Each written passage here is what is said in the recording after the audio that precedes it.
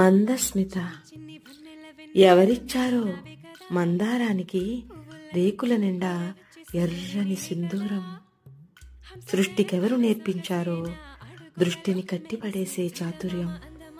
అందమంతా అరవిరిసిన సొబగులలో కుమ్మరించిన విరించిదంతటి రసహృదయం.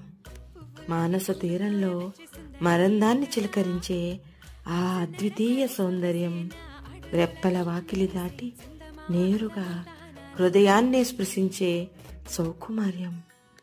అబ్బురపడే అంబరమణి లేలేత కిరణాల ముద్దాడునందుకేమో ఆ అపురూపమైన వర్ణ విలాసం.